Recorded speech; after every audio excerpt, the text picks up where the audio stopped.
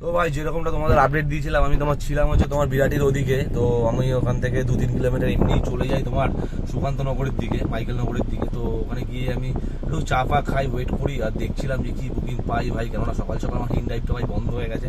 আর তার তো বড় কথা, আমি সবাইকে বলছি হ্যাপি হোলি ভাই সবাইকে।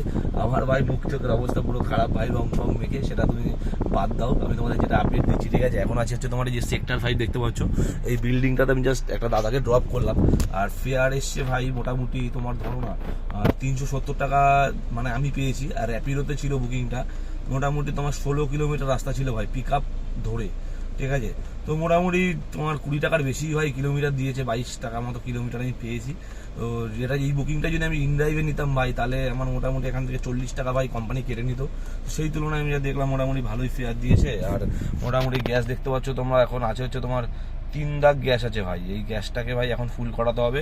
তো সেটাই দেখছি যে কোন দিকে এখন একটা ভাড়া পেলে ভালো হয়। আমার তো ইনড্রাইভটা ভাই সকাল সকাল বন্ধ হয়ে গেছে, আজকে যাত্রীর সাথে আর র্যাপিডোতে আমার কাজ করতে হবে, ঠিক আছে? দেখি নেক্সট ট্রিপ কী পাই, তোমাদের আপডেট দিচ্ছি ভাই। আর ভিডিওটা ভাই ভালো লাগলে লাইক করে দাও, ঠিক আছে? আর কমেন্ট করতে পারো তোমরা একদমই। আর তোমরা কী টাইপের ভিডিও ভাই তোমাদের চাই, তোমরা সেটা কমেন্টে বলো, আমি সেই অনুযায়ী বড় ভিডিও একটা বানাবো, ঠিক আছে? তো ভাই এখনো জন্য আপাতত টাটা, দেখছি নেক্সট কি বুকিং ভাই ড্রপ করে আবার তোমাদের সাথে কথা হচ্ছে ভাই।